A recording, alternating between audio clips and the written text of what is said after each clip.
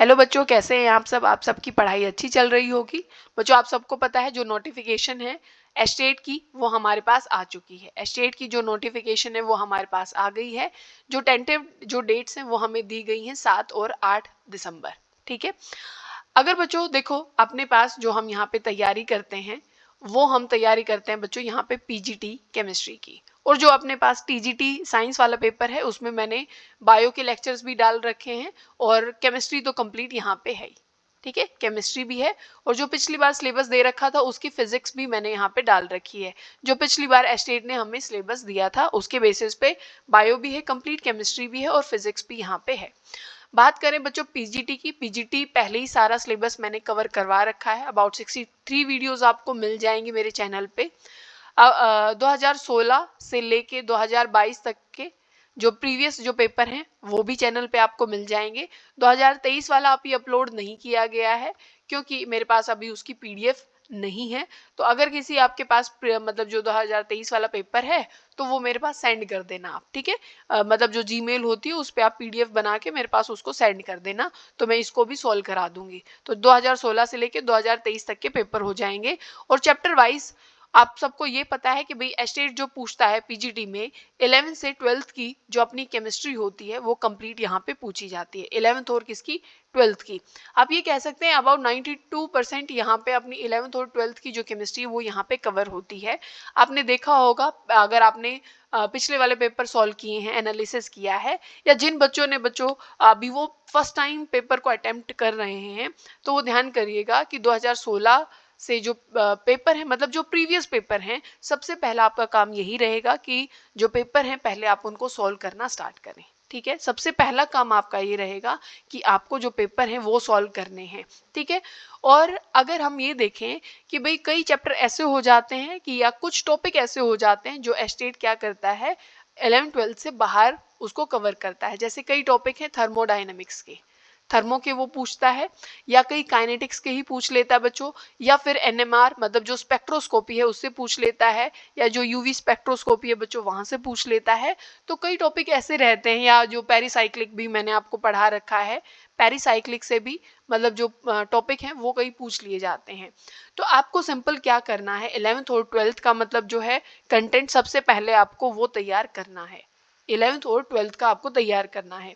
अब यहाँ पे जैसे मैंने बताया कि आपके पास प्रीवियस पेपर भी हैं और सारे के सारे बच्चों जो चैप्टर हैं चाहे वो एक्स्ट्रा टॉपिक पूछे जाते हैं 2023 में एक दो टॉपिक उन्होंने मतलब और मतलब पूछे थे। तो अब ये देखो कि आपके पास 11th के फर्स्ट चैप्टर से लेके 12th के ए टू जेड मतलब सारे चैप्टर मैंने कवर करवा रखे हैं। पेरीसाइक्लिक का पार्ट भी करवा रखा है, एनएमआर भी करवा रखा है, सारे टॉपिक मैंने वहां पे कवर करवा रखे हैं। अब बात यहाँ पे ये है कि अब हमें जो टॉपिक अभी मतलब हम करना चाहें दोबारा तैयारी, कई बच्चों के मैसेज आते हैं। तो अब ये बताओ कि जो एक तो मैं एक दिन में एक टॉपिक डाल दूं मतलब एक टॉपिक आए और उसके साथ क्वेश्चन आए। ठीक है, या फिर हर एक चैप्टर को दोबारा से मतलब 11th क्लास के फर्स्ट चैप्टर से मैं दोबारा से क्या करूं, हर एक चैप्टर को अपलोड करूं और वो भी डिटेल मतलब वो वीडियो वहां पे आए। ठीक है, क्योंकि उसमें टाइम लग सकता है। और दूसरी बात बच्चों, क्योंकि आप ये देखो अगर मैं पूरा चैप्टर कवर करवाती हूँ, पूरा चैप्टर मान लीजिए होगा, तो नोट्स बनाने में एक दिन में मतलब आपको सबको पता है भाई टाइम बहुत ज़्यादा लग जाता है तो नोट्स नहीं बन पाएंगे।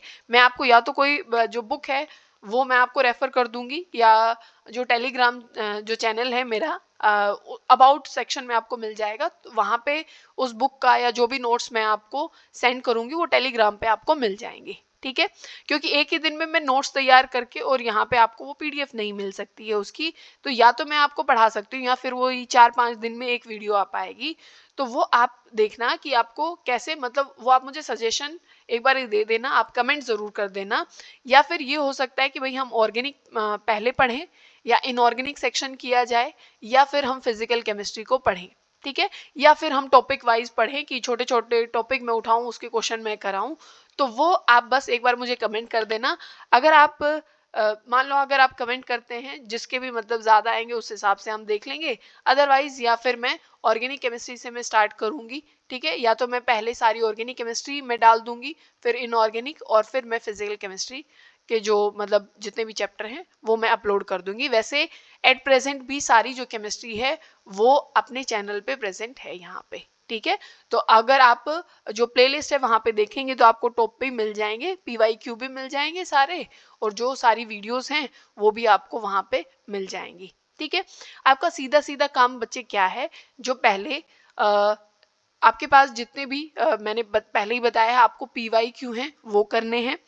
अगर आप जो बुक है जिसको आप मतलब रेफर करेंगे वो अपनी कौन सी होगी, वो अपनी होगी NCERT। NCERT आप उसको गो थ्रू अगर कर लेंगे और क्वेश्चन आप अगर लगाना चाहें चैप्टर वाइज तो आप नीट के जो क्वेश्चन हैं आप वो लगा सकते हैं, वो ज़्यादा बेहतर होगा कई बार, क्योंकि एस्टेट ने एग्जैक्टली नीट के क्वेश्चन उठाए और वहाँ पे रख दिए हैं, ठीक है।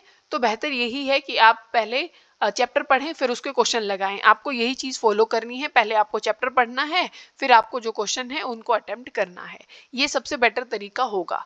और आप चैप्टर कहाँ से, क्योंकि कई बच्चे ऐसे हैं भाई जो क्योंकि बीएड कर ली तो केमिस्ट्री से थोड़ा सा मतलब गैप बन जाता है, तो आपको सीधा सीधा मैंने कहा है कि आपके पास A to Z सारे चैप्टर हैं जहाँ पे एस्टेट ने कैसे क्वेश्चन पूछे हैं मैंने वो भी करा रखे हैं, और जो इम्पोर्टेंट चीज़ें हैं वो भी मैंने करा रखी हैं, ठीक है। तो आप मुझे बस एक बार कमेंट करके बता देंगे कि कैसे आपको तैयारी करनी है फर्दर, अगर मैं अभी स्टार्ट करवाती हूँ तो, ठीक है।